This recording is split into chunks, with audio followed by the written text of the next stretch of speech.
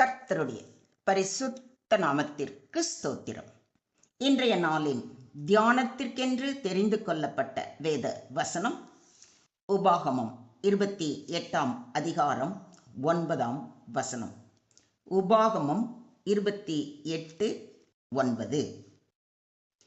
உன் தேவனாகிய கர்த்தரின் கட்டளைகளை கைக்கொண்டு அவர் வழிகளில் நடக்கும்போது கர்த்தர் உனக்கு ஆணையிட்டபடியே உன்னை தமக்கு பரிசுத்த ஜனமாக நிலைப்படுத்துவார். The Lord will establish you as His holy people, just as He has sworn to you, if you keep the commandments of the Lord your God and walk in His ways. உன் கடவுளாகிய ஆண்டவரின் கட்டளைகளை கடைப்பிடித்து அவர்தம் வழிகளில் நடந்தால் அவர் உனக்கு ஆணையிட்டு சொன்னபடி உன்னை தம் தூய மக்களினமாக நிலை நிறுத்துவார். ஆமென். இன்றைய தியான வசனம் தேவனுடைய ஆசீர்வாத அதிகாரத்தின் நடுவில் வருகிறது. இஸ்ரவேல் தேவனுடைய கட்டளைகளை கைக்கொண்டால் தேவன் அவர்கள் மேல் பலிக்கும் ஆசீர்வாதங்களையும், கை கொள்ளாவிட்டால் அவர்கள் மேல் வரும் சாபங்களையும் மிக தெளிவாக பட்டியலிட்டிருப்பதை இந்த அதிகாரத்தில் வாசிக்கிறோம். இன்றைய நாளில் தேவன் நமக்கு அளிக்கும் ஆசீர்வாதம் பரிசுத்த ஜனமாக நிலைப்படுத்துதல். இது குறித்து சற்று ஆழமாக தியானித்து நாம் தேவனுடைய பரிசுத்த ஜனமாக நிலைப்படுத்தப்பட என்ன செய்ய வேண்டும் என்று பார்ப்போம். கர்த்தரின் கட்டளைகளை கைக்கொண்டு என்று சொல்லி இருப்பதை கவனியுங்கள்.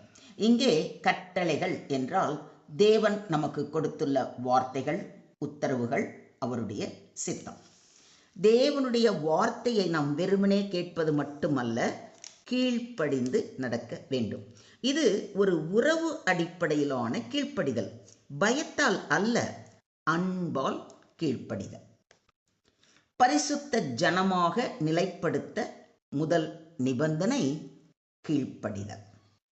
தேவனுடைய வார்த்தை நம் வாழ்க்கையின் வழிகாட்டி.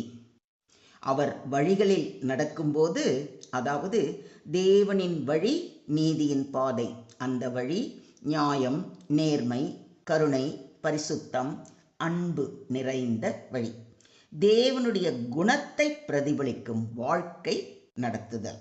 நம் நடத்தை தேவனுடைய சித்தத்தோடு ஒத்து போகும் பொழுது நம் வாழ்க்கை அவர் பாதையில் நடப்பதாக கருதப்படுகிறது. உன்னை தமக்கு பரிசுத்த ஜனமாக நிலைப்படுத்துவார் என்று சொல்லியிருப்பது மிக முக்கியமான வாக்குறுதி.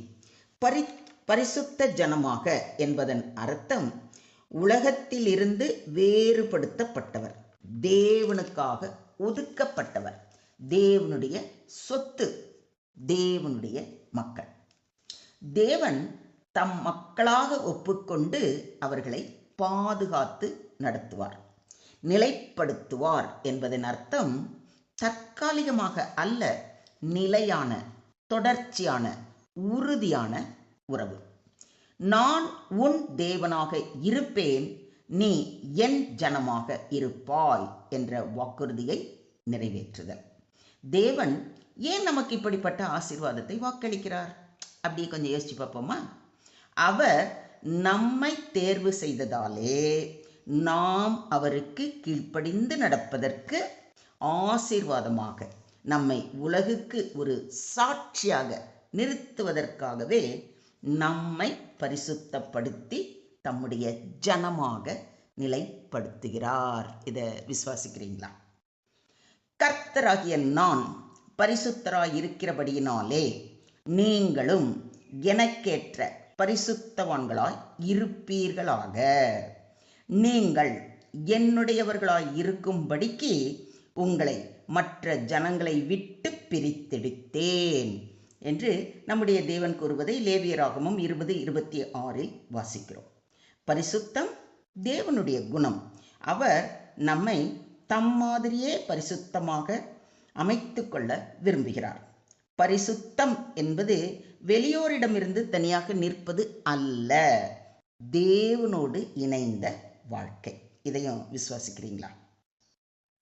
இப்பொழுது நீங்கள் என் வாக்கை உள்ளபடி கேட்டு என் உடன்படிக்கையை கைக்கொள்வீர்களானால் சகல ஜனங்களிலும் நீங்களே எனக்கு சொந்த சம்பத்தாய் இருப்பீர்கள். பூமியெல்லாம் என்னுடையது. நீங்கள் எனக்கு ஆசாரிய ராஜ்யமும் பரிசுத்த ஜாதியுமாய் இருப்பீர்கள் என்று கர்த்தர் கூறுவதை யாத்திராகமம் 19ஆம் அதிகாரத்தில் வாசிக்கிறோம். இஸ்ரவேல் மக்கள் தேவனுடைய சிறப்பு சொத்து. இங்கே ஆசாரிய ராஜ்யம் என்றால் உலகுக்காக தேவனுடைய சாட்சியாக வாழும் மக்கள் என்று அர்த்தம். அதே போல இன்று நாமும் அத்தகைய சாட்சிகளாக அழைக்கப்பட்டிருக்கிறோம். தேவன் நம்மை அசுத்தத்திற்கு அல்ல, பரிசுத்தத்திற்கே அழைத்திருக்கிறார். நம்முடைய அழைப்பு ஆசீர்வாதத்திற்காக மட்டுமல்ல, பரிசுத்த வாழ்விற்காக தேவன் நம்மை அழைத்திருக்கிறார்.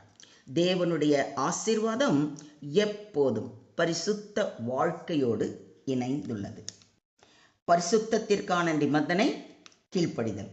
பரிசுத்த வாழ்க்கையின் நடை அவர் வழிகளில் நடப்பது. பரிசுத்த நிலை தேவனால் நிலைப்படுத்தப்படுவது. பரிசுத்த வாழ்க்கையின் பலன் தேவன் நம்மோடு இருக்கிறார். ஆசீர்வாதம், பாதுகாப்பு, உயர்வு, வழி நடத்தல். பரிசுத்தம் நம்மை சாட்சியாக ஆக்குகிறது. நம் மூலம் மற்றவர்களும் தேவனை காண்பார்கள். Today's verse teaches that when we obey God's commands and walk in His ways, God Himself will establish us as His holy people. Obedience brings us into a covenant relationship with God. Walking in His ways means living a life of righteousness, love, and truth. Being established as holy is not our achievement, but God's work in us. Holiness is both a calling and a blessing. God separates us for His purpose and glory. Do you believe this? சுருக்கமாக சொல்வதானால், தேவன் நம் வாழ்வில் ஒழுக்கம், கீழ்ப்படிதல், நம்பிக்கை ஆகியவற்றை எதிர்பார்க்கிறார். நாம் அவர் வழியில் நடக்கும்போது அவர் நம்மை தம் சொந்த மக்களாக, ஒரு பரிசுத்த ஜனமாக உலகில் சந்தோஷத்துடனும் ஆசீர்வாதத்துடனும் நிலைப்படுத்துவார். இதை விசுவாசிக்கிறீங்களா? அதே பரிசுத்த விசுவாசத்தோடு அவர் பாதம் பணிவோமா? ஸ்தோத்திரம் ஆண்டவரே, ஸ்தோத்திரம் கர்த்தாவே, ஸ்தோத்திரம் ஸ்தோத்திரம் ஸ்தோத்திரம். கர்த்தாவே, எங்களை உமக்கு பரிசுத்த ஜனமாக அழைத்திருக்கிற உம்முடைய நாமத்திற்கு துதிகன மகிமையை செலுத்துகிறோம். உமது கட்டளைகளை கைக்கொண்டு உமது வழிகளில் நடக்க எங்களுக்கு தைரியத்தையும் பலத்தையும் தாரும். உமது பரிசுத்த ஆவியானவர் எங்களை நடத்தி பரிசுத்தத்தில் உறுதியாக நிற்க கிருபை செய்ய வேண்டுகிறோம்.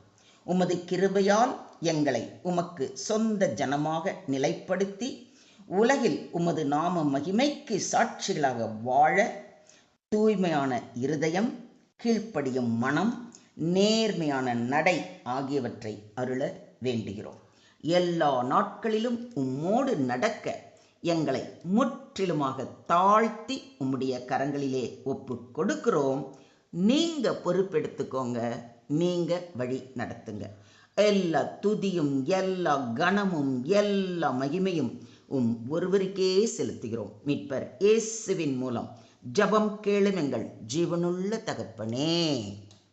ஆமென்.